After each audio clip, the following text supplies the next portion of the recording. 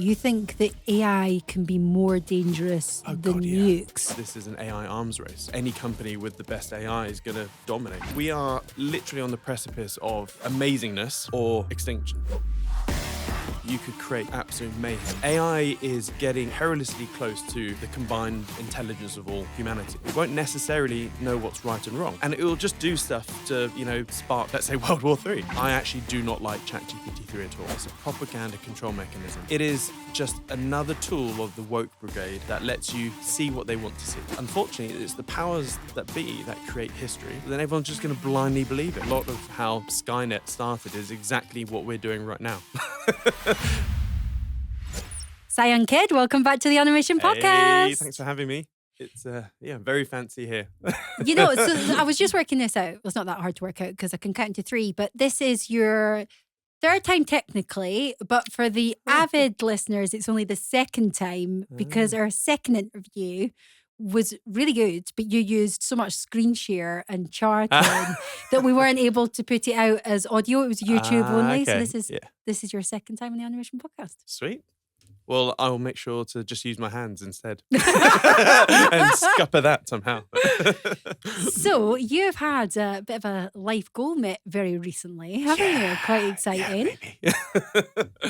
Yeah, Elon liked and replied to a tweet, which is a very silly goal to have, but yeah, it's just crazy because I like it from more of a metrics point of view, like being a trader, and the power is the wrong word, but the amount of influence someone like him can do on a tweet. Like if I'm a nobody, so whenever I tweet something, I probably only get 2,000 to 5,000 views on a tweet, and maybe 20 to 50 likes. And this one, it's like every time I check, it goes up 100,000. So last time I checked, it was like 1.2 million views, 5,500 likes, and God knows how many retweets and whatnot. I'm like, geez, my comment wasn't even that good. I just, It's absolutely insane. I'm always saying it's not what you know, it's not who you know, it's who knows you. The more people who know who you are, the more opportunities you create for people to do business with you. It's that simple. Interesting. Yeah, I like that. So tell us a bit about the tweet then. No. So, for those who are not familiar, he set up OpenAI to help basically protect humanity against AI because it is a real existential threat, more dangerous than nukes. And he basically got the best data scientists and AI scientists around the world to basically try and, get ahead of the curve, really, and be a non-profit. But he basically left, I think, a few years later, and he hasn't been part of OpenAI for a long time because they wanted to go in a completely different direction, which is profit, basically. And it's really shitty basically setting up a non-profit foundation or charity and using all that money for loads of R&D, tech research, etc., and then spin off a profitable company. It's basically free research. Yeah. They've spent millions, if not hundreds of millions in, donations, and now they're just using it to set up a profitable company. So Elon's not happy with that, and he's been tweeting endlessly about how it's pretty shit dick move. Am I allowed to say that in this? Yeah, you are. Sorry. I'm a potty mouth Scot, so anything goes on this podcast. Yeah, so he's been tweeting constantly how, ChatGPT-3 is not good, blah, blah, blah. And then there was a long post about that. And then I just tweeted, it's so ironic, it should be renamed Closed AI or Private AI, not Open AI. And yeah, he liked it and said something back. But you just made a pretty bold statement. You think that AI can be more dangerous than nukes. Can you explain what you mean by that? Yeah. So I have to, like anything these days, you're not allowed to have an opinion unless you are a doctor or have a PhD in whatever you're talking about. I'm a geek that loves sci-fi and I follow tech avidly. And when you read enough into AI, and also the intelligence staircase, we are literally on the precipice of either like amazingness or extinction, basically, when it comes to AI. Because is there no happy medium? Not. I hope there is, but I just don't see it happening. So on the intelligence staircase, we like to think we're at the top, right? but it comes to the point, and but AI intelligence is getting very. I'm using hands. Those those in audio can't see, but AI is getting, or computing, let's say, is getting to a point where it's getting perilously close to the combined intelligence of all humanity. And the problem is that the moment it gets onto our step, it then just buggers off north. Um, and like, let's say we're on one step. Let's say monkeys are on are one step below us, Mhm. and we're on one step. The moment, yeah, they even get to our level, it'll then start not necessarily thinking for itself, but the way it can. I can't put this in a technical term because my knowledge is very thin, but yeah, the moment it gets to our step, or just even a little bit higher than our level, it will just piss off, and it'll start doing things that we have no comprehension of what it's doing. So this is why Elon's been been a massive proponent of regulation, like heavy regulation. But I don't think it's going to happen because this is an AI arms race. So any company with the best AI is going to dominate. And so there are billionaires and corporations all over the world just plowing money into AI to have the best large language model, or whatever it is. Um, but even like, I'm from the investment world. Even with my very limited understanding of it all, you could, even with the current technology, you could create absolute mayhem. So let's say I was head of a massive hedge fund. Let's say I've got billions of AUM, and I wanted an edge over my other peers, who all have hedge funds. Let's say I'm a big billionaire, and one day I could go, right, I'm going to plow billions into AI because I want this AI to be just focused on making profits, more profits than any other hedge fund, investment bank, blah, blah, blah. And, I can pinch and headhunt all the best scientists in the world. And let's say a few years later, magic wand, I've now got this bot, this AI neural net, and I just tell it, make shitloads of money, go. And because it has access to the internet, and it can do all sorts of stuff, the bot won't unless you code it properly, won't necessarily know what's right and wrong, because what's right and wrong is a societal construct. Like murder, for example, is only bad because it's a societal construct. In the wildlife, every animal is a murderer, basically. Mhm. Um, so you could literally go, right, bot, go make me shitloads of money, and the bot will, analyze everything, and it could just take a sinister tone and go, "Ooh, um, during times of disaster, they are the easiest times to make huge amounts of money. So how about I'm the bot now? How about I put some rumors out that all these weapons companies, any sort of company in the military industrial complex. Let's put some FUD out there, some fear, and just dump the price. Okay, I then come in and buy as many weapon stocks, war stocks. Let's just call it. So I've got a nice little holding of war companies, and then I'm going to spark World War Three, and it could do that. So tensions are high between Russia and NATO at the moment. Mhm. So what it could do is it could then infiltrate, or it could instantly create, I don't know, endless amounts of profiles on Twitter, Facebook, social media, full stop, make them, look real. I mean, we've seen what Chat GPT-3 and all the chatbots that use that API can do. That, passing the Turing test is a doddle these days. Any chatbot can appear human-like, if that makes sense. Okay. So what it could do is it could maybe then hack into several radar stations and put some fake paints out. So all of a sudden, this bot is now simulating that there is an aggressive fleet of fighter jets, Russian fighter jets penetrating Poland airspace or whatever. NATO is going to react to that and, go to shoot them down, whatever. But that just could be an airliner. So all of a sudden, NATO are now shooting down airliners or whatever, and it will just do stuff to, spark, let's say, World War Three. And because it has all the social media stuff, it can, spoof other sort of bits and bobs. Before you know it, we're lobbing missiles at each other. And that's just like a very nefarious route. Obviously, it can be more insidious than that. But It sounds a little bit, a little like Terminator. yeah, I mean, a lot of how Skynet started is exactly what we're doing right now, which is, yeah.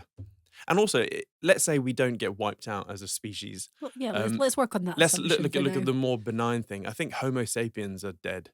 Like, this is the beginning of the end of Homo sapiens. Like, we're going to be moving into a two-tier species, Homo deus and Homo sapiens, effectively. So humans that um, embrace technology, AI, brain, BMIs, brain machine interfaces, all that sort of stuff, like Elon's Neuralink.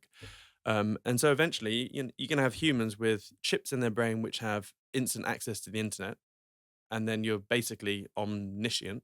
If you can, and then Homo sapiens. I joke with my wife, one day I'm going to be a Homo deus, you'll be a Homo sapien, I'll have you as a pet, honey. So you say this in jest. Now, I've Yeah. not fact-checked this, but Yeah. yesterday I saw an article about Ecolife, which is Bill Gates and Elon Musk are both associated with. Sorry, what life? Ecolife, it's the world's first artificial womb. And it's the World What? Economic Forum, Oh, dear who I'm a God. huge fan of, obviously not, that has aligned both Elon Musk and Bill Gates. Now, I'm pretty sure Elon's got nothing to do with that. well, that's what I would like to think. It would go against everything that he's been Yeah, saying, wouldn't I'm it? pretty sure. Like, I'm the biggest Elon fan out there. I'm pretty sure I've never. I'll put a 50 quid wager on that he has nothing to do with that. An artificial womb. Any fact checkers out there, Yeah, please look into this and drop us a message Yeah. because the consequences of that for humanity could be I know, it's nuts. pretty damaging. Like, you can just jump off the deep end with. I mean, there's so many potential conspiracy theories out there these days.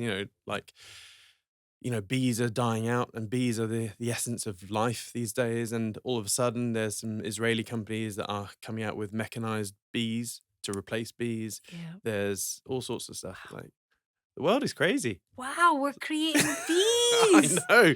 That's nuts. I know. Now, for anyone that's just been listening up until this point, Siam, you've probably put the fear of God into them. So, Or they think I'm an idiot. well, one of the two, potato. One man's meat is another man's poison. But what are the? Let's focus on some of the upsides, some of the advantages of the artificial intelligence, which I know you embrace as well. Yeah. So unfortunately, human nature never changes, and that's why we are doomed to repeat errors, but of the past. But we just have bigger, more sophisticated sticks these days. And so I think a lot of the cool stuff is going to be, privy to billionaires and whatnot. So, like, I know this sounds crazy. I don't really give a shit about money. I look at money as enabling tools. So my goal at the moment is to get as filthily rich as possible, but not to, boats and hoes and all that sort of stuff. And, Just the boats. Yeah. But literally more for insurance policy. Yeah. Because I think we are moving towards some sort of dystopian future where it will be the have-nots and have-yachts. But more specifically, I want to be able to protect my family and my friends and family. And the only way you can really do that, if I'm even a little bit correct about the future, is that you need money. So you need money to be able to bug out, move country if, things get really crazy.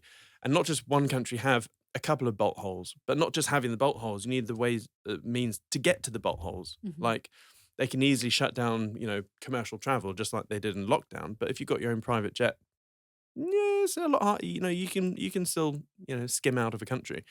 But yeah, and so for me, and not only that, I don't want to be on the receiving end of someone else's product. And we are, at the end of the day, we are all end users of all of these products from Google, ChatGPT-3 and all that sort of stuff. And you'll be surprised that of how many billionaires out there have their own private biotech R&D firms with no products, no commercial angle at all. And it's like, it's a bit of a rabbit hole. You see all these centimillionaires and billionaires, all with their own biotech companies.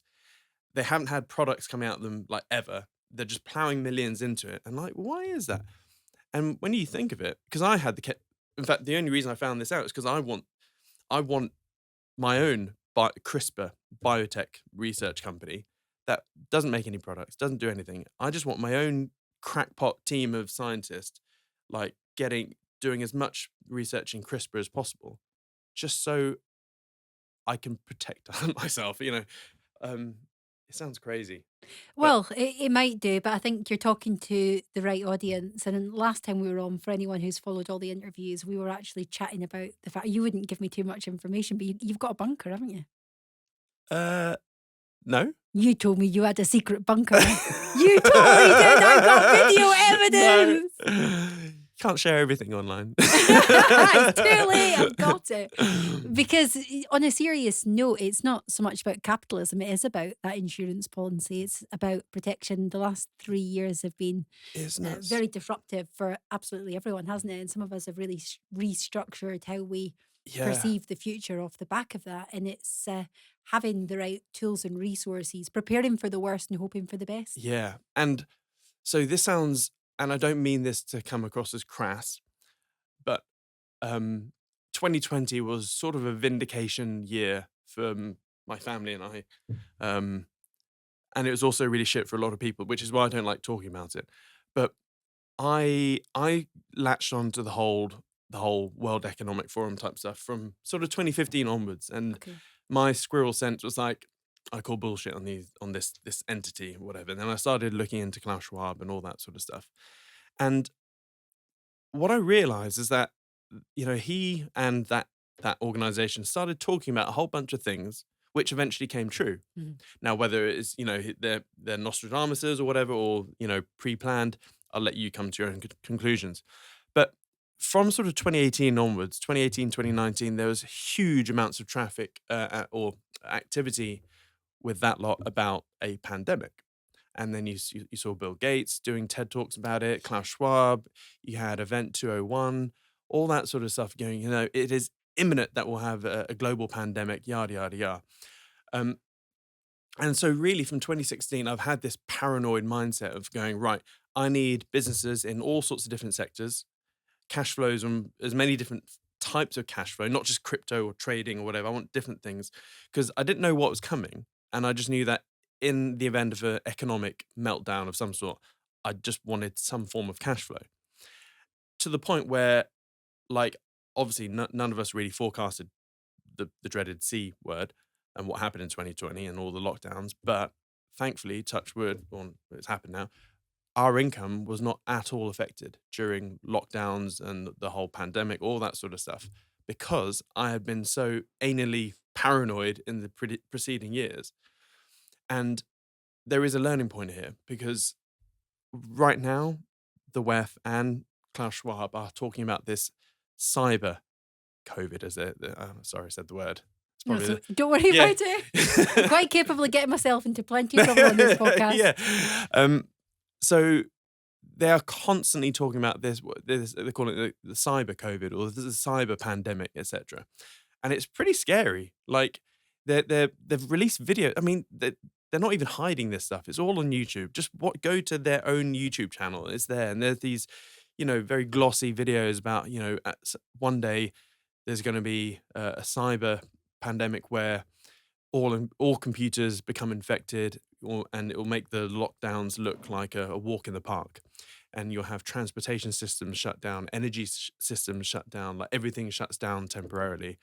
And then what's likely to happen is, lo and behold, there's a vaccine for computers, and a new internet will emerge, most likely heavily censored, a bit like Chinese internet. And before you know it, it's like we've got a brand new internet. All computers have, I don't know, God knows what software we're forced to administer. And this is giving me the heebie-jeebies. So this is what, 2023? I'm saying this now.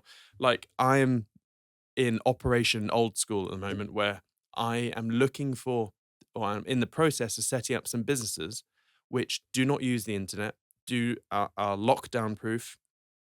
Whether we have some sort of cyber lockdown, I doubt it. But I see climate change lockdowns happening in the future. 50-minute cities. All that bollocks. Yeah, it's I see all of that happening, and I just realized, like, if the internet shuts off for even a day or a week or whatever, not the internet, but I just want something bricks and mortars that is local, And a good example, a very simple example, would be setting up a local farm shop Yeah. and stockpiling non-perishable food supplies, rice, pasta, lentils, all that sort of stuff. So at the very least, I know that my family will have several years worth of supplies. Um, and yeah, but so that I guess is the most basic example, and then you can sort of work a bit up from there. But God, it's fascinating. Actually, we've went the other way. As you know, we were property developer. Well, we still mm, are property developers, but my husband's main focus now, obviously, as a layman compared to the likes of yourself, but is the trading and getting involved in crypto yeah, projects and such like, which we saw as an extra layer of protection against lockdowns, where they can shut the property market down, they can stop viewings, mm, the whole world yeah, ground to a exactly. standstill. But presumably, you were able to trade throughout that entire period. Yeah, that's fine. Yeah, so it was a mixed bag. So a whole bunch of businesses literally just went tits over arse over tits, whatever Yeah. the saying is, dead basically. But some businesses did well, and so yeah, and that's why I wanted a pretty diverse portfolio. And now I'm doing everything possible to do non-electronic, online type businesses. I'm trying to get away from it. So Well, historically, you were quite, I would go as far to say, scathing about the property industry. What are your thoughts on property now? When I say yeah, scathing, that sounds probably worse than I'd intended. But I yeah, think when you look at the returns that you can get through investing in property, yeah. through crypto or trading, the reality is you could get significantly more in the online world. But now that you're diversifying, if you change your views somewhat in that Yeah, area. so no, not really changed it. The people get me out of context. They think I hate property. It's not the case at all. I look at everything from an ROI Hmm. and an R and a ROTE perspective, so return on time invested. Yeah. So my underlying principle of investment is that you have to look at the currency supply expansion rate. Hmm. So if you take the US or the UK currency expansion over the last whatever epoch you want to look at, on average, it's increased by about 15 to 16% Yeah. per year. And the reason that's important is because there is a lag, but if you expand the currency supply, prices go up for everything. So it is the direct cause and effect of real inflation, not the CPI bollocks that they talk about, real inflation. Um, so if you really want to know what is, real inflation or what inflation will be, just look at currency expansion, Yeah. 15%. So that is my hurdle, my base hurdle. So if I deploy money anywhere, it has to, at the very minimum, make 15%. And Yeah. that's just to break even with your wealth. So I don't get out of bed for anything that makes less than 50% per year because I Mm. don't want to just break even. I want to, progress. And so when you look at the world of assets out there, with a hurdle of what makes 50% or more per year, like nothing really, definitely not property, unless you're a really skilled property expert and can nail it with, big property developments and, or, I mean, any professional or any expert will be able to do well in any field. Yeah. Um, But as a more sort of passive Yeah, investment. but ultimately that person's not really in property, they're a business owner. Yeah. Property's their widget. So, and that's why I've always been big into business and crypto because Yeah. those two things have always just absolutely dicked on currency expansion and just normal inflation in the stock market. So, but But we sorry, could just say I hear you 100% with that, and I fully agree with you as well. But I yeah. heard you talking about something. It's just taking us back a little bit to the AI chat. Mm, Pardon the pun. You were actually talking about different ways of generating revenue from scratch. You had a mm, question from somebody on one of your online chats mhm. that said, how can they scale a really profitable business without any staff? And the answer that you gave was absolutely fascinating. It's something that you're trialing at the moment using purely AI, and you're creating some videos, and you had some pretty exciting Oh, predictions for the revenue it could bring in from YouTube just as oh a yeah, solo enterprise. yeah. There's a few projects that we're playing with at the moment. Um, so So the YouTube one is actually we're not really doing that for well, yeah, I guess it's more shits and giggles really, just Yeah. research. I just want data. So um, I where do I start? So first of all, I did a little Google, and I actually did a lot of the research with using ChatGPT 3. So I found it interesting that there every niche on YouTube has different ad revenue. I thought I naively thought, oh, if you get 5,000 views on a video, you get the same amount of money. It's not the case. So finance and education, and they have the best ad revenue per CPM or whatever it is. Um, and I was like, okay, that's interesting. And then I found the top 10 list of the best niches if you're going to monetize a YouTube channel, and I thought, okay, so and we picked, and I'm happy to share it because I mean, at the end of the day, ideas are worth nothing. Execution is everything. So we've picked the tech and gadget niche. So I think it's number 7 on the list. It wasn't that good, but what the goal is to create a completely humanless sort of mini business just for shits and giggles. So there are loads of AI software out there which can do everything. So for example, you can ask GPT, like, I'm going to set up this YouTube channel about techs and gadgets and whatever. And I want to start off with 100 videos. Mhm. What are the top 100 catchy titles I can use for these first 100 videos? Brrr. Okay, cool.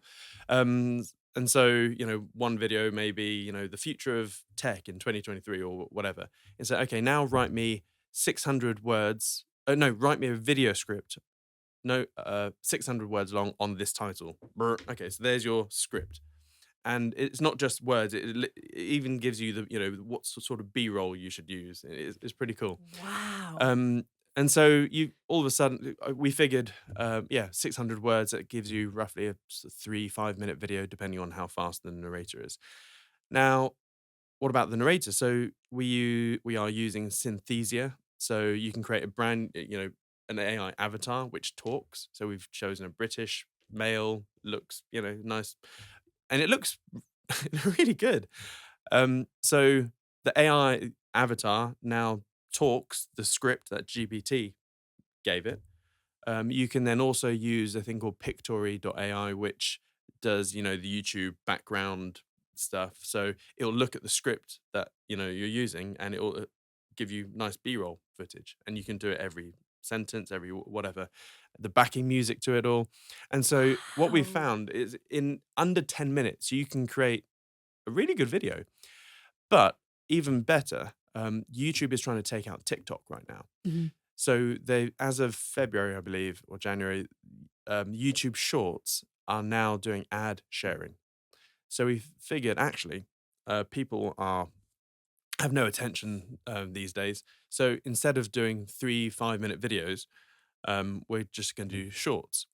So we figured, what we're going to do is we're going to use AI to create 30-second YouTube shorts. We're going to churn 2 videos per day for ad infinitum because it takes literally, in fact, interestingly, it still takes about 10 minutes to create a 30-second video. But hey ho. And yeah, we're just going to do that. And then hopefully, because we're really focusing on a niche, hopefully more views and subscribers. And once we get enough, views per video, we could always do affiliate links. So the next iPhone comes out, we'll churn out 100 videos on the new iPhone of each little bit with an affiliate link to that or whatever. But the cool thing, or the real, so that's really pre-POC for me, so pre-proof of concept. I genuinely think, just based on what I've seen in my own YouTube channel, I could, that little YouTube short tech thing should generate probably £1,000 per month income within 3 months, pretty easily. Wow. But I don't care about that. What I care is, okay, if that's successful, what we'll then do is just use AI again, the exact same tools, and put it in Spanish and Mandarin. So now you've got 3 YouTube channels: English, Spanish, Mandarin. So because the English speaking world is teeny, absolutely teeny compared to the amount of masses of people that speak Spanish or Mandarin. And then maybe not Mandarin, but more the Spanish channel will probably be better for the YouTube short project. And then just spin out that. And if that works, it's like, holy shit, okay, we've basically just like created a business with no staff. Well, I've actually got my videographer to do it. So I've chinned it all off to him. You know, it's so So, fascinating. Actually, I was going to specific. I've got it written down here to ask you about your videographer yeah. because I've heard you say that all of your team you've instructed to become not just proficient but extremely knowledgeable in all things AI. And I was just Yeah. wondering how a videographer can link back Oh, to. you can do royalty-free music. You can create brand new music using various AI tools. It can do create descriptions of a video, timestamping. You there's so many tools that a videographer can use AI. And in fact, for my whole team, I made it abundantly clear. Every single person, from the admin person to the marketer to the web designer to like anyone in the team, every single person has to be extremely proficient with AI tools now. Mhm. Not because, I'm jumping on the bandwagon. I'm not. I'm doing this purely from a productivity point of view because AI is not going to steal human jobs. No. It's humans armed with AI tools that will steal jobs and opportunities from humans that refuse to do that. There's so many examples over history, isn't Oh there, where we God, could see yeah, that when record players were invented and yeah, musicians were up in arms, or graphic designers. There's just the computers that yeah, actually just enhances things. But we need exactly. to be that division that you're talking about. It's going to become more apparent than ever for Oh, those who don't adopt. But what advice would yeah. you perhaps give people who are listening to this that see the value in what you're saying, but they're like, okay, if I go and get some of these AI tools, Mm, how do they sort of learn? We were talking earlier on before we hit record about the wealth creation space. mm, This is going to be open to exploitation. Is it mm. just a case of getting stuck in and figuring out yourself, or is there any hints and tips you can give people? In terms of getting up to speed with AI, Yeah. um, shameless plug. I think we're about to put out a presentation I did. It was about an hour long of me covering basically all parts of AI. So it will be on my YouTube channel. Watch that because we talk about loads of bits and bobs. Um, but yeah, you got to get stuck in. I think AI tools are going to shift dramatically over the next few years because AI is it's awesome, but it's still very young. So, for example, um, take Midjourney. So, Midjourney, in my opinion, is the best text to image tool out there. Like, you can literally type in a picture of a psychedelic Jesus riding a T Rex on the moon with aliens playing the banjo behind it. Right. If I went to a Someone graphic do that for us, please. Anyway, yeah. someone listening, send it in. If you give that brief to a graphic designer, it will take weeks for that person to come back with you. With Midjourney, you can create that in seconds, and I've got so many examples on my phone of like you can just create anything with Midjourney. But the thing is, the key with ChatGPT 3, Midjourney, all these tools is knowing the prompt. So the results you get are based on how good your prompts are, and and that in itself is a massive learning curve. But and so I see people setting up AI prompt businesses, and I think that is the most short-sighted, short-lived business that you could ever embark on. Because give it a year, give it 2 years, even all of this prompt stuff is going to go away because eventually it will be to the point where you can literally type in whatever you want, like in basic 5-year-old English, and the AI will still produce epic results. It's interesting because I've had to play about with it, and so have my team. What And Midjourney? no, Ah, just okay. the like Chat Sonic and the Okay. Yeah. is it Chat GPT? I always get it wrong. I feel like I've got a mental block.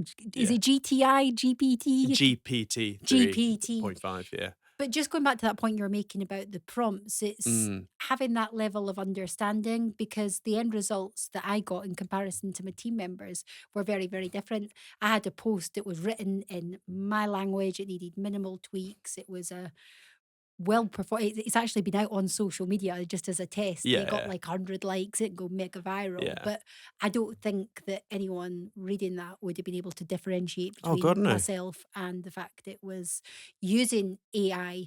But the like I say, the disparity between the quality of post that I produced Yeah. compared to my team members was clearly down to the prompts and Mm, having that level of understanding. But you can take it further than that, can't you? Like after a podcast like this, we could have an AI tool sort of condensing it for us, putting some best moments together, yeah. keywords, phrases. Can it go as far as to identify what sections of a podcast will perform better than others? Yeah. That could be a really good handy tool, couldn't it? Yeah. There's loads. Like I mean, even like video stuff. So every week I do a 2-hour live trading session, Yeah. which is recorded on Zoom. And historically, what someone in the office would spend 2 hours watching it or watching the recording of it and coming up with the timestamps and brief description of it all. That is now literally all done in about 5 minutes, just because the video is automatically transcripted and, so like it's saving us loads of time. But um, oh, bugger, what was I going to say? Yeah, I've gone blank. But I do this all the time. It's like one big Yeah. open loop, my podcast interviews. An open loop that never closes. Yeah. But yeah, so going back to the business opportunity bit. So the YouTube thing is just for shits and giggles. Like books, for example, is another thing. Like I won't trust a single book that's published from now on. Like we internally have created multiple, 20,000 books just like that. Like I have a friend who helps. I've got two friends actually that do this, and so they help. Oh, this is gonna sound bad. Older women feel sexy again. That makes sense. Okay. Sorry. Very niche. Yeah, and so apparently there's this, a lot of women. This is all alien to me. A load of women from the age of sort of 45, where the kids have now left the nest or they're getting older. They don't feel sexy anymore. Blah blah blah. And I was like, "Have you got your own book?" And she was like, "No." I was like, "What? You don't have a book saying how to feel sexy again for blah?" And no. And I literally on my phone went, got Chat GPT 3 out. Was that I am a lady that has a business in blah, blah, blah. Basically just quick spiel on what her business was. I want to create a book called How to Feel Sexy Again, targeting blah blah blah blah, and I want the book to help women in this way. If I was going to have 10 chapters in this book, what would those 10 chapters be? Boom. Okay, we've got the 10 chapters. And I was like, how long do you want your book? Let's make it thin. So let's say 30,000 words. So, okay, here's chapter 1. Please write 3,000 words on this chapter. Go. Cool. Chapter 2, write 3,000 words on this. Boom. And before you know it, in literally minutes, you have a 30,000 book just created off like that. And so now an author is not really an author. You're just a proofreader. So now she is taking this 30,000 word book, proofreading it, and also putting her experiences and case studies in it. And like, it's so easy to fictionally write a book. Like another thing is I have a book list, which, there are certain books that I will read probably once a year, once every couple of years, etc. Just because you always get new nuggets. Yeah, every time. What are your go-to books? Oh, there's so many. I still read Rich Dad Poor Dad, The E-Myth, The Chimp Paradox, How to Win Friends and Influence People. God, there's loads. Homo Deus, Homo Sapiens.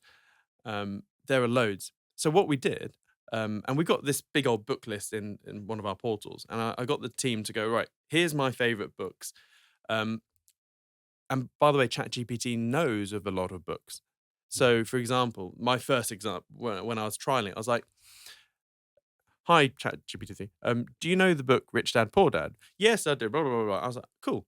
What are the top 10 learning nuggets from that book? I was like, oh, that's pretty cool. Bit generic. And I literally said, that's a bit boring and generic. List another 10 key learning points, which most people may not have picked up on. Whoa, okay, all of a sudden you got 10 even better learning points. Cool. What are the list 10 action points from this book which would help me become wealthier? Boom. Holy shit. Okay. So I then gave a brief to my team. I was like, here's my book list. Use these prompts for every freaking book. Go. And like 120,000 words later, here's the book. I was like, cool. Now also here's a list of, I don't know, 15 YouTube videos. Do exactly the same for these YouTube videos, my YouTube videos. Go. So we've now got this book of like 170,000 words. And again, for shits and giggles, we're just going to publish it. Really, just for me. I'm not going to sell it. I'll probably put it on Amazon or just give it away. But so now, instead of going through all these books, I'll literally just read this big compiled nugget list of books. And yeah. It's really interesting because although we want to embrace the change and embrace the technology, I know you've been saying for years estate agents are going to be obsolete Oh yeah, because of NFTs and just the way things are changing in that space. yeah. How can copywriters be expected to embrace this technology? What advantages could there be They're to, so screwed. I'm just trying to think of a positive spin on this, but they Yeah. are, aren't they? Again, copywriters armed with AI are going to just hoover up all the business that copywriters that refuse to do it. Mhm. Um, so I think it's, a copywriter now armed with ChatGPT 3 can now, if they want, they could do a mix of things really, but you could 100 slash your times the prices. workflow. You could do, yeah, you could offer way more in the package. So you could keep your price point, but now instead of producing 3 articles a week, you're now going to produce 20 articles a week. And not only the articles, you're also going to present with them the video scripts for each article. You then, hell, you could add on a video service going, right, here's an article. I don't know, let's say flat roof tiling company. You want 20 articles on the pros and cons of flat roof tiling. I don't know, just random topic. So here's your articles. Oh, by the way, for the same price, here's 20 3-minute videos that will accompany each article. And not only that, we've also created, would you like us to create a landing page for every article? So you can SEO the shit out of it. So not only do you have your article, you have a 3-minute article with an AI avatar talking about it. Yeah. You can do also, there's all sorts of stuff. So if I was a copywriter or copywriting business, I'd just try and play a different game. Same price or even a cheaper price, but massively over deliver on what they get. So when they're eyeing up Joe Blogs copywriter that just do 3 blogs a week compared to me with videos and websites and all that sort of stuff, then that's the way to go about it, really. And I'm also But thinking people like your SEO experts are going to be screwed oh, as well, aren't they? yeah, like anyone can, like, I'm not particularly good at SEO, but you can use GPT to make your stuff good. And then we are doing that. Making average content amazing. That sounds Yeah. idyllic. Yeah. Never need to worry about having a Yeah. bad day again. But also lead gen. Like, so I think all of so I have a thing called like first order thinking and second order thinking, et cetera, et cetera. So like all the profit in anything is in the second order thinking or even third, fourth order thinking. So if you're looking at all these chatbots and stuff like that, everyone's minds are in the dirt at the moment with first order thinking. So Mhm. graphic designers are screwed, copywriters are screwed, Yeah. SEO is screwed, blah, blah, blah, blah. And everyone's trying to come up with little businesses around those sorts of things. Yeah. But it's so convoluted, everyone's doing it, that it's just going to be a massive race to gross marginal cost, like Mhm. zero, basically. So what higher level of thinking can you do you don't have to do that much higher level thinking to have a business where no one's doing it, or, and you don't need $1 billion idea. Like all you need is just a little bit more thinking, and you could easily create a business that chucks out and, a few $100,000 a year extra profit, or, $1 million a year profit. And so, do you want me to give you an example Yes, of a please. second order? So here's something which I'm still toying with the idea of doing it because it is a bit of an effort. So I currently I've actually got a couple of legal court cases, legal issues at the moment, and Always a sign of success. yeah, and like lawyers are so freaking expensive, it's ridiculous. Like they charge you for everything. They email you, they'll charge you for that. You reply to their email, they'll charge you for that. Like, anyway, so I had a nasty letter come through the other week, and I had no idea what it said. Like, I think I'm a clever bloke, but I didn't it was all these legal jargon, blah, blah, blah. Like, I think it was a Cumbernauld offer or so. I can't remember.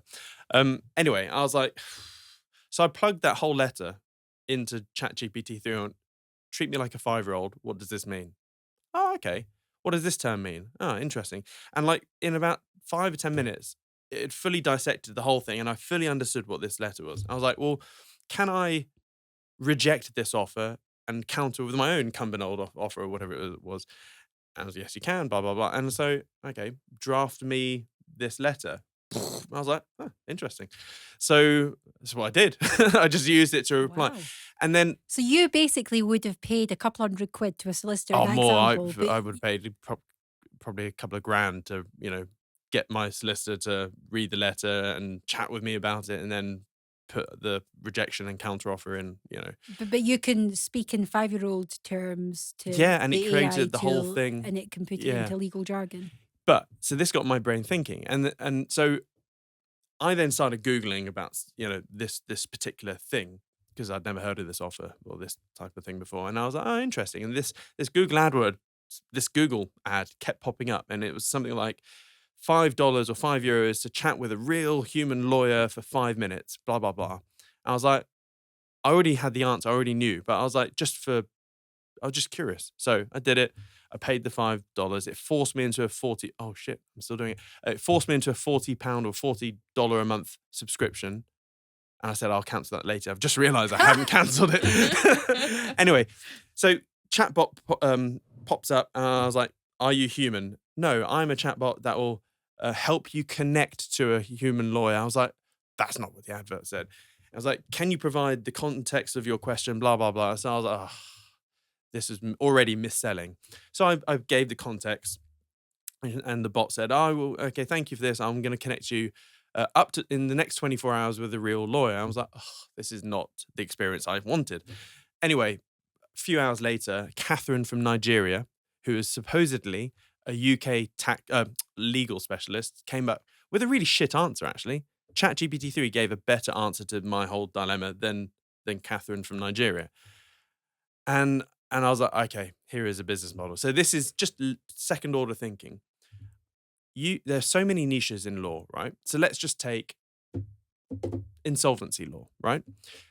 I could set up a simple website which promotes, £5 to have unlimited questions with an UK specialist insolvency bot. Okay. Because guess what? ChatGPT-3 is an expert in all UK law, basically. And presumably it's all in the wording as well. Speak to a specialist. Yeah, so I won't lie. I'll free say, in look, UK law. we have a specialist insolvency bot that is awesome. Here's for £5, ask an unlimited amount of questions to this bot. So that would be the Google ad, right?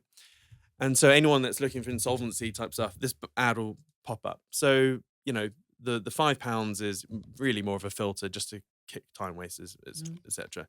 So someone that's, is looking for whatever, they start chatting with the bot and they'll get loads of really good answers, etc. But the key thing with the bot that you can train it to do is say something like, the time is now up. I hope this has helped. However, with your particular circumstance, we highly recommend that you chat with an actual lawyer or insolvency practitioner firm, an IP firm of some sort. Here is a really good firm that could definitely help you out. And then all of a sudden, there will be a conversion rate of people going, okay, yeah, why not? And so if we did that, we could just have an affiliate deal. Now, I don't know anything about law, but from my experience with law, like even the smallest of cases, a lawyer or the law firm would make at least 10, 15 grand, right? So, there's at least going to be a few £1,000 kickback at least. So there's several phases to this. The first phase is, can I drive traffic to this little chatbot thing and send really high qualified leads to a random law firm? And also when you're sending the leads, they're really good because you can send the whole text transcript to the lawyer. So they know exactly what they're doing, so they're already progressed. So if you can do that and it works, great. That's phase one. Phase two is, okay, can I smother this law firm with too many leads that they can't, they tell me to stop? So that's phase two. If so, you get a affiliate deals with a whole bunch of different firms. So then you're sort of like a compare the market for insolvency law or whatever. So that's phase two. Phase three is where it gets sexy. Phase three is you set up your own freaking law firm. Like, you don't have to be a solicitor to set up a law firm. So I go, right, I'm going to set up my own IP firm. I'm going to employ a couple of really good IP practitioners, and then I will gobble up all the leads myself. So that's phase three. It's not the end yet. So even just phase 3, you've got a profitable IP firm, which would make hundreds of thousands a year in profit. But you're only focusing on one little silo there. Well, okay, now can we do this with corporate law? Okay, be more specific. What specific niche within corporate law? It's then a cookie cutter thing. So you then do the exact same funnel, website, chatbot with I don't know, I don't know, patent law. I don't know, whatever. And can you do the same thing? First, get the affiliate deals just to see if it works. And when you're smothering multiple law firms with too many leads, you just set up your own. Because the key thing of business is you need sales. How do you get sales? And you need leads. That's where most businesses fail. They just don't have enough leads. They don't have enough eyeballs to convert to leads, to convert to sales. Well, you can use ChatGPT-3 as a freaking lead gen magnet. So phase 4, if someone did take this idea and really run with it, is you've set up a massive law firm that focuses on all the different niches of law, and you are just plowing leads into your own law firm. And or even before you get that, you can just sell the whole thing. But not just law. Why don't you do this with accounting? Why don't you do this with insert any freaking niche? And that's just a very basic second order thinking, which I don't. I'm constantly talking about AI to anyone I meet these days, because I'm just genuinely interested about it. Okay, but And you're going to have to go to level 3 because there's no, not many times on this podcast where I've been speechless, but you have literally blown my mind. I thought really. I thought I was an early adopter just because I got a LinkedIn post. I was like, yeah, I'm an innovator. I'm a front runner with this technology, but clearly not. No, yeah, I genuinely think it wouldn't be hard to set up. So you can get ChatGPT-3 to create the code to create the iframe chatbot or whatever. But setting up a website is basically free. And we already have an in-house full-time web dev, so he can do all the web type stuff and we have a systems architect, so he can fiddle around with all the API links, whatever. Just again for shits. I do business more just for interest, really, shits and giggles. We could easily set this up, and anyone could. And then all you need really is ad spend for the budget. Or no, actually, before you do anything, you need to find a law firm that will actually do some sort of affiliate deal with you, $2,000 per lead, or I don't even know what the rates are for sending qualified leads to law firms, but yeah, tax, law. You could do this with freaking anything. You could do it for therapy. Yeah, you could easily do it with therapy. Counseling. It could suicide hotlines, whatever, Gamblers Anonymous. There's all sorts of things. I remember when I was 18 years old and I had the most crazy 24-hour gambling episode. It was ridiculous. I went from something like £300 to several £1,000 doing online roulette, thinking I knew it all. And I was like, right, got to scale this. This me being a very poor 18-year-old. I managed in the space of a night, got an MBNA credit card, maxed it to the hilt. And then by the morning, I had lost all of the thousands that I'd made. And I was £5,000 in debt. And I remember this call. I was like 4 a.m. I called Gamblers Anonymous or Gamblers, whatever helpline, crying, going, I'm going to be bankrupt. I've lost everything, blah, blah, blah, blah. And thank God there was some random bloke who just had a chat with me at 4 a.m. I still remember that. And You've got a bit of an all or nothing personality, haven't you? yeah. Why not? We are alive for less than an eye blink on a cosmic scale, and then may as well just do stuff. But this is where we see such innovation as well when people enjoy business and they're experimenting and they're not just chasing the shiny penny, they're looking at how they can disrupt the marketplace. And this is what I really love about doing the podcast, because you and I both know that the mainstream media is just full of lies and propaganda to keep people in fear. But it's nice to be able to give people practical solutions. We talk about mindset a lot and emotional intelligence and some of the other modalities that help with mental health, like ice baths and stuff like that. But it's good to be actually able to give people some tools of things that they can go away and implement to go and actually make money and Completely buck the agree. trends, because yes, there's a lot of doom and gloom out there, but there's a lot of opportunity as well. And these situations only have the meaning that you choose to attach to them. And this AI stuff is Yeah, bloody I know, hell. and it leads. I guess this is sort of a tenuous link back into crypto and investing. Like, so I generally have this squirrel sense that probably a few times a decade it just goes nuts.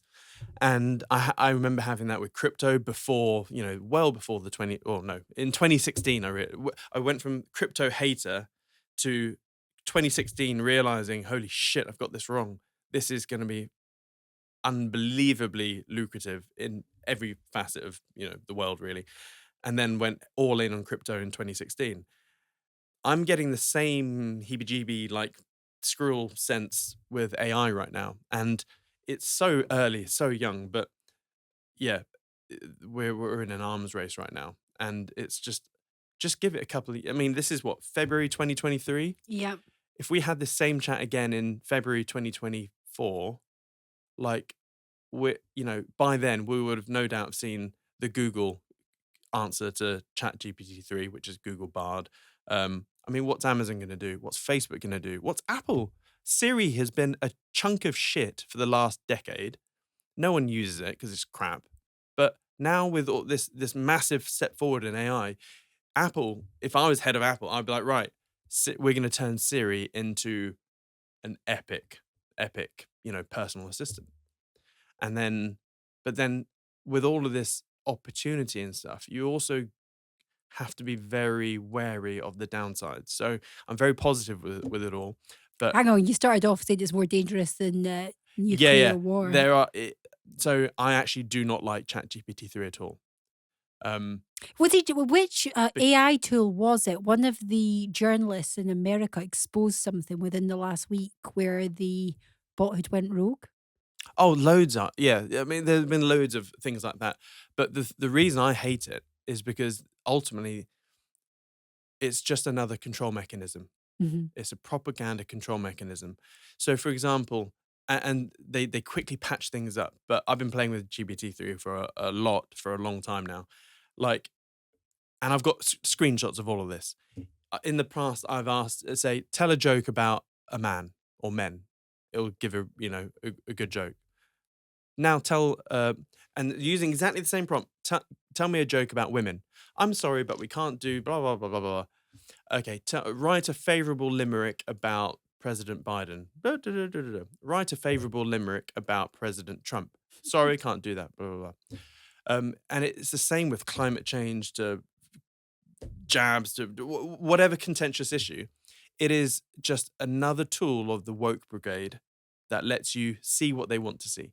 Yeah. And unfortunately, it's the powers that be that create history, and create, whatever is right or wrong, etc. So, we are censored somewhat with what we can Google. Mhm. The verb Googling is now dead, in my opinion. It's the future of searching is basically you typing into a chatbot, whether it's Siri or Alexa or whatever, and you'll just take the answer it gives you. Mhm. Well, I think the masses are just dumb as hell anyway. So if, let's say, it's Siri or Google Bard or Microsoft Bing or whatever, and people are typing, is this thing bad? And if the chatbot says yes, it's bad, then everyone's just going to blindly believe it. Like, and it's not good, because the woke brigade will just make things even worse. Like, yeah, So basically, we have to compromise our values really with all of this stuff if we want to really embrace change and be at the forefront of the opportunity. The yeah, same way that posting on YouTube makes me a little bit sick in my mouth every time I have to do it. yeah. And ultimately we need truth GPT, like an Yeah. like a non-censored version of, where we people that can think for themselves get, a clear answer, not Yeah. something which is censored up the yin yang. Yeah. And even better, a decentralized version of it, like a Wikipedia type truth GPT, which isn't controlled by Bill Gates or Zuckerberg or whatever, Sam Altman. Um, but Yeah, so we need all of that. It's So you and mentioned that obviously the AI has really got the stomach fluttering again. You're massively excited yeah, about this. Sounds like you're leaps and bounds ahead of the average person like myself. Well, in fact, I'm probably leaps and bounds in front of the average person, but you're just in a different stratosphere. But no, not at obviously, all. you're best known for crypto and trading. Mm, But you also said before we hit record that you've got quite interesting views around the property market again. What do you see yeah. happening in the wider economic sphere at the moment? Can we 1 second? The Can we come back to the crypto AI bit because AI Yeah. flows into crypto as Okay, well. So yeah, perfect. so oh yeah, property. So one of the things that I always look at, as I said, is I compare like any asset. I always compare it to currency expansion. So Mhm. the currency supply. So UK M2, US M2, whatever you're looking at. So I'm always looking at GB HPI, which is the UK house price index, so average house price in the UK. I'm always looking at that. And if you look at the chart, it basically just goes up forever. And it looks great. And that's why you hear all these stories of, I bought a house in 1990 for 50 grand. It's now worth 500 grand. I'm Billy Big Balls. Yeah. But it's only and so yeah, that's all great. But if you look at the currency supply, it's actually expanded faster than your house has actually gone up, and that's one of the reasons. Because if you dump an extra 1 trillion or $10 trillion into the system, well, that money has to go somewhere, and it normally goes to stocks and property. So what I'm seeing at the moment is a terminal decline in UK house prices against the UK currency supply. That's fine, but we're now at an interesting point where at some point this year or next year, the Bank of England will have to pivot. And when I say pivot, a pivot is not a quick thing. It's actually a pivot takes normally about a year. Yeah. They'll either pause rates or slowly drop them. But eventually, over time, you'll get to the situation, let's say over a period of a year, where rates are dropping and they're pumping currency back into the system. QE or whatever bullshit term they want to put to it. So it's not QE, it's monetary stimulus or I don't know, whatever they want to say. So give it, let's say, any time from now over the next 18 months, we'll probably be in a situation with falling rates again, or very gentle falling, and monetary stimulus. Well, when you look at that chart of house prices to UK currency supply, the moment we start printing more pounds, that chart is going to crash in terms of the house price against currency supply, just because house price, like if we just chucked £1 trillion into the economy right now, that won't touch house prices straight away. There's always a lag, anywhere from 3 to 18 months before it Yeah. percolates into the system and house prices start booming again. So when you look at that chart, let's say right now we print £1 trillion, boom. Well, the chart against house prices and currency supply will drop, and there'll be a nice opportunity, I think, where that chart is actually will indicate a really nice buying opportunity for houses, property, investment, whatever. Um, and so that's the first thing that, yeah, based on that chart, which I look at over the next year or two, we'll have some pretty nice buying opportunities there. But then we have to look at interest rates as well, interest rates and unemployment rates as well. So um, historically, and again, big black tar brush, and I know the that lots of property people are going to be screaming at their screens right now, but the old school way of timing your property purchases is keeping a very close eye on interest rates. So when you have basically every time you've had crazy rising interest rates, it always leads to house prices falling. Not straight away, but there's always a lag, and that's the nuance here is the lag. Um, and because when you have rising interest rates, the liquidity markets and the lending markets they dry up, which means mortgages, aren't being approved as much as they were, blah blah blah. And eventually it's going to start knocking house prices down. I've been saying this for a couple of years now about this particular metric. Now, and eventually there'll be a period where you start to have a reduction in interest rates and also a reduction in house prices, right? But they're not aligned. So I'm using my hands here for those listening on audio. But there will be a point where, so typically the best time to buy a house is 3 to 18 months after peak interest rates. So you'll start to see a slump in house prices much sooner. So what you can then do is buy a house on a variable rate mortgage, knowing that the trajectory of interest rates is down. So every month your mortgage repayments should decrease. And then you'll get to a point where house prices have hit a local bottom, and eventually interest rates will have hit a local bottom as well. So let's say fast forward 2 to 3 years, you'll be house prices low, interest rates low. And then when you look at the chart, you can actually, so interest rates, they don't just go up like crazy, like in a short period of time. It takes time to Mhm. really, I mean, just look at the chart right now. What happened to UK rates? It's basically nothing, nothing, nothing. And it's shot up to 6% or 5%, depending which rate you're looking at. But it's actually hasn't happened that fast. It's taken a year to really ramp up to these rates.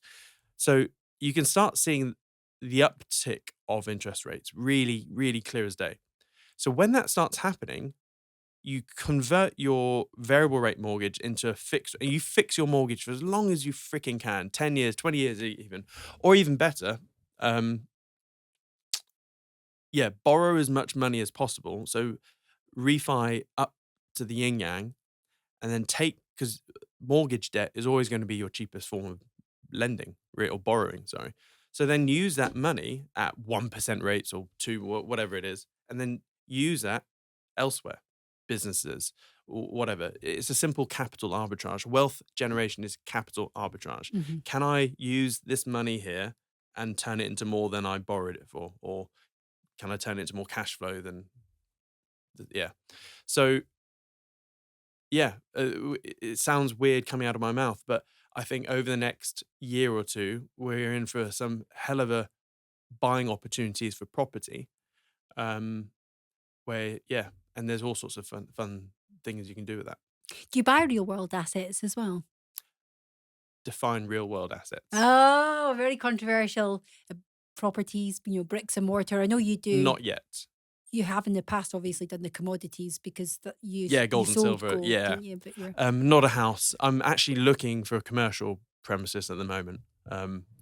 So, but that's more for reducing costs. So, for example, like we hold big events every 2 months. Historically, I've spent 30, 40 grand per event and, accommodate. Like when you hire a hotel, they'll be like, yeah, we can add food, lunch and dinner on a day delegate rate. And it's normally like, £100 a person, minimum order of 200 people. And, 100 people turn up and you're still paying for two. Yeah. So, oh, how annoying. I yeah. went And to one of your cuddles actually, and it was really great. And I'd encourage anyone if they can buy tickets and yeah. attend one, they should, because it's not just about crypto and trading. Oh, It's God, no. actually so much more in depth than that. And it was very interesting to hear your insights into the global economy and the predictions, because Yeah. it all ties in so well to be at the forefront of any of this stuff, whether it be AI, whether it be property, Mm. trading. You have to be aware of what's potentially coming our way.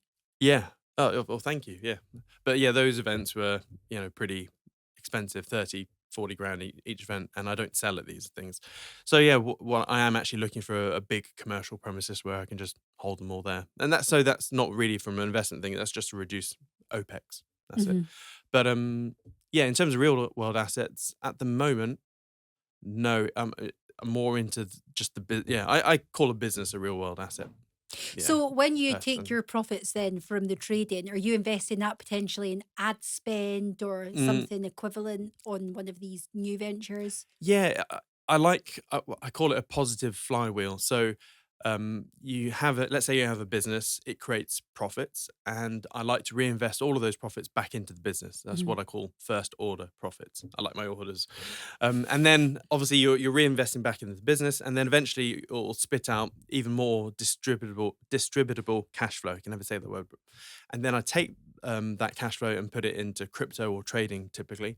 And if all goes well, that trading or crypto spits out more capital gains or cash flow. And then I siphon that off into other bits and bobs, whether to buy another business or back into crypto. Admittedly, I had one hell of a disaster in 2022 in terms of my personal crypto. It is weird. I called it literally every big move down. I called. Um, even in December 2021, I said 2022 is a year of hell for crypto, downwards, blah, blah, blah. And even though I called everything, I still lost money last year. I just Well, made that's interesting. Were I you not know. taking your own advice? What do you think that was to do with? Yeah, I was. I just so it was a really frustrating period where I called everything spot on. Like some of the big moves down, I called within days. Like the November crash, I called within that. I got that within days. Um, and I mean, there were periods where we did really well. Like I think there were 6 individual days where I made over 100 grand in a day. There were 2 days I made over 350 grand in a day. But despite all of that, unfortunately, yeah, my risk management wasn't that good last year. So, So I actually, yeah, I lost a lot of money last year. how much of that then is to do with emotional intelligence? Because at the cuddle I was at, you actually brought in, I don't know if you call the lady like a Claire therapist. Jackson, She was yes. absolutely fantastic, and she'd been doing some sort of meditation work with Yeah, you. I'm guessing that that's pretty important for really, yeah. trader, well, for everybody, but specifically for traders. And I'm just wondering how much of the, whether it's the emotional intelligence mindset, how much of that factored into your own personal losses last year? Yeah, it definitely did. So Claire Jackson is an emotional therapist. And basically, we are all traumatized from our childhood. No, even if you lead the most had the best childhood ever, you're still traumatized in some way. Everything is relative, obviously.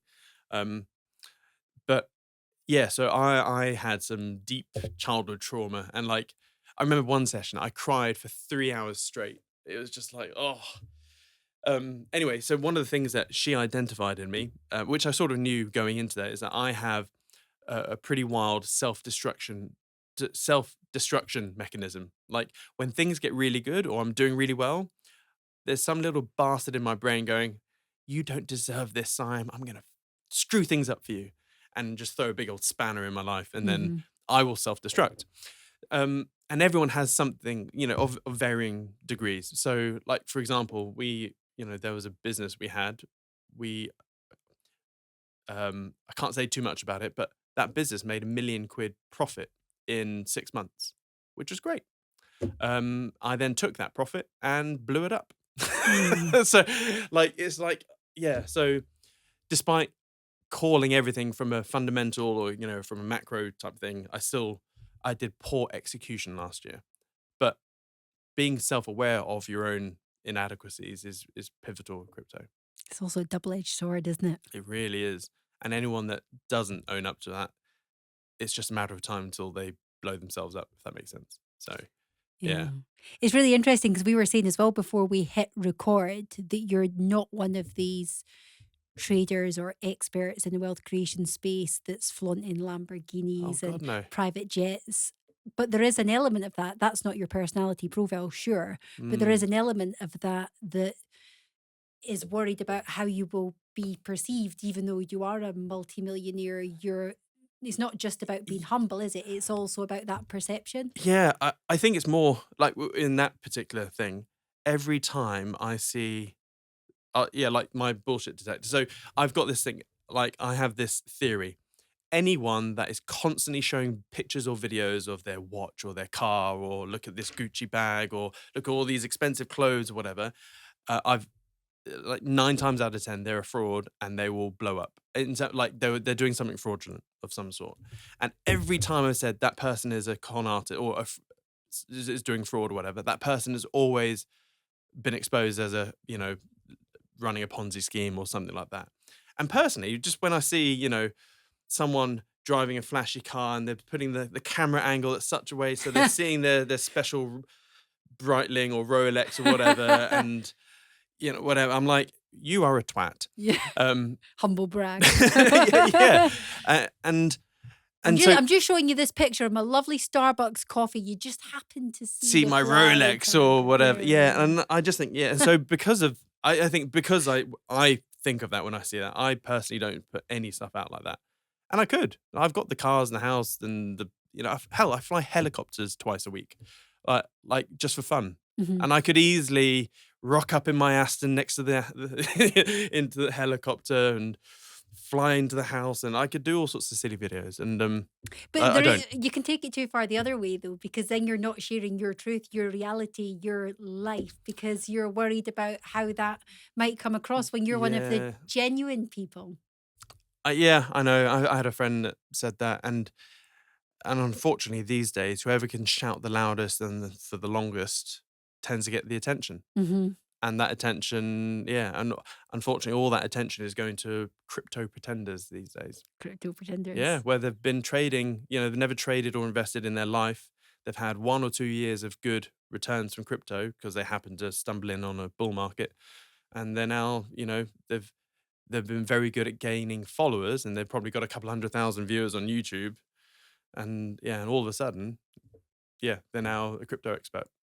It's the same for every sector, I though. know. I did some property training in 2018, and within 6 months of that, people that I was on the training course with were Hmm. actually selling courses themselves. I'm like, you've not even done one buy to let yet. This is absolute insanity. People are paying you. Yeah. And I get the whole catch me if you can concept, which is you only need to be one step ahead of someone Yeah. to move them along. And I get that. And as long as you're being transparent, that's completely fine. But for me, on a personal level, and I've argued or disagreed with, not argued with other guests on the podcast about this, I only want to learn from the best. I'm not really interested in learning from someone that's just one step ahead, of me. I believe Yeah. that you are who you spend the most amount of time with. So if I want to learn about crypto, I need to be continually surrounded by multimillionaires or billionaires because there's Yeah. plenty of them within the space.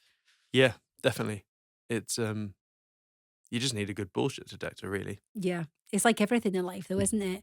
And there's no way I can let you go without getting your predictions because people will kill me. Everyone's been messaging that knows that you're coming on. Ask him if we're Oh, gonna. really? Yeah, yeah, Oh, yeah, yeah, cool. yeah. Everyone needs to know. I mean, I'm still getting my head around whether it's a bull market or a bear market and all of this kind of thing. But Yeah. yeah, everyone wants to know: is this the end? Are we going to go down further? Yeah, I think we're near the end of the bear market. It's so as we speak, crypto or Bitcoin has gone from sort of low 16K up to 25K, Hmm. and it seems like every person on YouTube and Twitter is going, "Hey, bull market, all time and all time highs," and I'm like, no, like, and I've said this for months now, and I've got a lot of trolls for it, and like, oh, Simon's missed the bottom. Blah, blah, blah. It's not that. I think this is a massive retail sucker punch. And I've made so many videos and tweets about this, and that um, at the bottom of of pretty much any big crash, whether it's stocks, commodities, crypto, whatever, you'll nearly always see a horrific, face ripping rally, very sharp, very steep rally, and that is literally there to sucker in all the retail people to to experience FOMO, fear of missing out of the lows, and then they start piling in.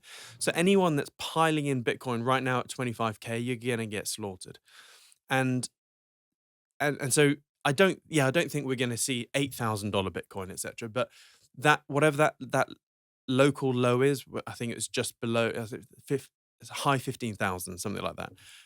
I think that's gonna be taken out. We'll probably see, 13, 14K Bitcoin after it's wiped everyone out, and then that's when I want to reacquire. But the other thing is, what if you're wrong, Simon? Because, I am wrong. I'm wrong a lot. Everyone is. The the reason I don't actually care is because, one, fully in cash. I have 0 crypto. I'm still trading it, so I'm going long and short and taking all the, I when you're trading stuff, it doesn't matter what direction. But with the investment side of the pot, um, the reason there's no stress is because 'cause I'm in cash. So even if I'm wrong, well, so what? Okay, I'll once the charts present that it's definitely in a bull market, I can then start, you know, allocating into the market. So yeah, I would have missed out on the low 15 or 15, 16K Bitcoin, but ROTE will be on my side, return on time invested. So it's actually a safer time to start to pile in as the market is definitely confirmed to be a bull market, because crypto definitely it still moves in these 4-year cycles. It's basically up for a year, down for a year, sideways for a year, and there's a year and a bit, year and a bit, year and a bit. So we've had a year and a bit falling, and we've now got a year and a bit of sideways consolidation. Hmm. So here we're definitely, or most likely, going to see horrific whipsawing, up, down, just taking out all of the retail market basically. And the other reason why I'm really not phased by this at all is because we have this massive looming hammer of SEC regulation. So the governments around the world, the FCA, the SEC, they've already told us we are going to regulate the shit out of the crypto market. Yet everyone seems to have forgotten. And it's just because these government entities, they take so long to do stuff, don't they? They'll say, "Yeah, we're going to start looking into regulation of this sector, whatever." You don't normally see the fruits of that 6 to 12 months later. So the and they're already doing it. And I think people are getting too caught up in the bull market or this temporary rally. And I'm not even going to say bull market; it's temporary rally.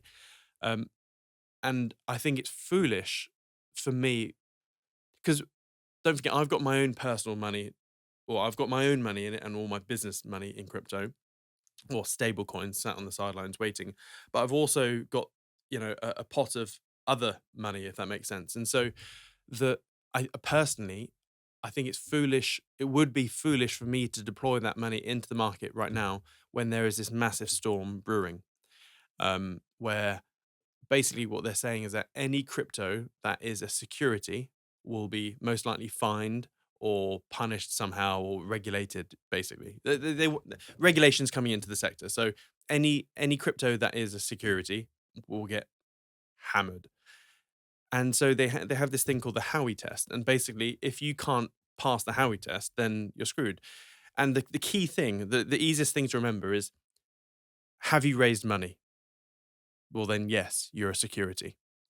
So basically, any crypto that's done an ICO, initial coin offering, or whatever variant of that, like initial Discord offering, initial whatever offering, you're a security.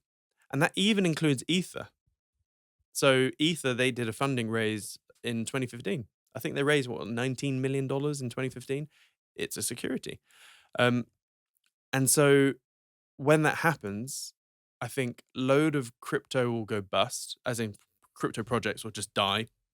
The big ones will survive. They'll just have a slap to the wrist and pay a fine and then move on under different circumstances. Or some crypto will dodge the bullet by not operating in the US. But I think it's just a matter of time before they're just expunged. And some of the really bad ones, it depends how brutal they can be, that they'll just get absolutely wiped off the face of the earth like Tornado Cash. I don't know if you heard, it's a privacy coin / tumbler. And what they did is they sanctioned it up the yin yang to the point where they froze any wallet that had any interaction with that protocol. So Oh, so if you're playing with Tornado Cash and you had a wallet that has interacted with that protocol, all of a sudden that wallet was frozen. And it was to the point where someone was sending zero point 0.1 ETH to loads of celebrities and loads of YouTubers from Tornado Cash, and all of a sudden all these influencers had their wallets frozen. And to the point where the developer of Tornado Cash is still in jail. They're in jail. Yet Sam Bankman-Fried is still dicking around in the Bahamas, even though he swindled how many billions? 20 billion? wow. I don't know. We don't know. And so they put a bloody developer in jail for just creating a program. I mean, that's just insane. So I think there's more of that to come. I think there's definitely going to be regulation coming this year, big time. And I just think it's foolish deploying money into crypto when you see this anvil approaching. The only flip side to that is that they've already said that Bitcoin is completely free of that. So maybe, yeah, if you're playing the long game, yeah, screw it. Just get into Bitcoin now and sit tight and come back in 3 years. That's really interesting because last time we had an in-depth chat about crypto, you were saying the exact same, but for ETH, you were team ETH Oh, I over still team am. Bitcoin. I'm massively, massively bullish on ETH. Okay. One, because the World Economic Forum loves it. They are lapping ETH up left, right, and center. Mm. It's the most centralized, even though it's supposed to be a decentralized crypto. It's not. It's the most now it's proof of stake. It's the most centralized crypto out there, which means that it can be controlled and regulated and done with whatever they want. And the WEF always uses ETH as here's a case study of what a good crypto is, because it's Okay. proof of stake and it's great for the environment, unlike Bitcoin, blah, blah, blah. So I think they'll get the same treatment as banks do. You are naughty, you're a security, here's a fine. Pay the fine, move on. And then, so I think more falling will come with ETH, and then it will moon like nothing else, and it will dick over Bitcoin returns. So for now, I think Bitcoin is, if you insist on putting money in crypto, not financial advice at all, I would highly recommend Bitcoin, because it sails above that whole SEC cloud. It's a nice big old jetliner just looking down all of the storm clouds. And then once the SEC storm cloud is passed, flip over into ETH and other stuff. But also, if you look at the chart of ETH against Bitcoin, so the ETH Bitcoin ratio, at the end of every bear market, but for the first 6 to 12 months, Bitcoin always outperforms every other alt. Always. So, and then when it's alt season, then that ratio drops. So yeah, get Bitcoin now, wait till the storm goes, then flip over into ETH. I love this. I feel like we've given so many golden nuggets Yeah. today. It's been amazing. Oh, and also crypto AI. Be prepared. Just put your seatbelt on. We're going to see a wave of bullshit AI crypto projects like you've never seen. Pretty much any new crypto that's starting will probably have the tag neural net or AI or ChatGPT enabled or large language model enabled crypto, blah, blah, blah. They will all be stinking bullshit. But ride that hype. So buy them, ride the hype. And once you've doubled your money, take your principal out and just then you're in for a free carry. And then just let it run. Siam, it's been an absolute pleasure. I feel like we need to just continue to do these periodically because so much changes. And as I said at the start of this interview, I've got a ton of stuff written down here that I wanted to tick off in this conversation. And in true Ellie style, I've not ticked off any, but I have thoroughly enjoyed it. I did want to talk to you about the AI stuff.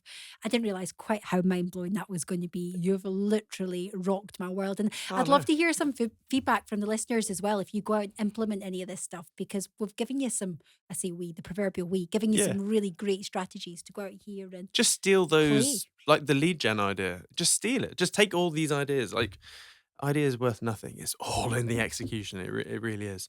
And if you want, just find an AI tool where you can get the whole transcript of this interview and then plug it into ChatGPT 3, and then you can interrogate the transcript. Oh my God. Go, So, yeah. Like I've got a plugin I forgot what it's called, but it's like a browser widget, and it will give me a summary of any YouTube. So I click on a YouTube video, click the widget, it gives me a summary of the video, even if it's like a 2-hour long YouTube video. And so, you can do that. There's loads of tools out there now. But don't blow my mind now. Siam Kent, it's been emotional. Thanks so much for coming on the On a Mission podcast. You're a superstar. Oh, no, thank you. Thanks for having me. Air hug. This episode is brought to you by Red Light Finance. Red Light Finance is on a mission to bridge the gap between the real world and Web3 using blockchain technology. You too can power your business through Red Light Finance's gasless blockchain. I've personally been investing with Red Light Finance since day one, and I'm hugely passionate about the project. For more information on how you can get involved, visit www.redlight.finance. Thanks again to Red Light Finance for sponsoring the On a Mission podcast.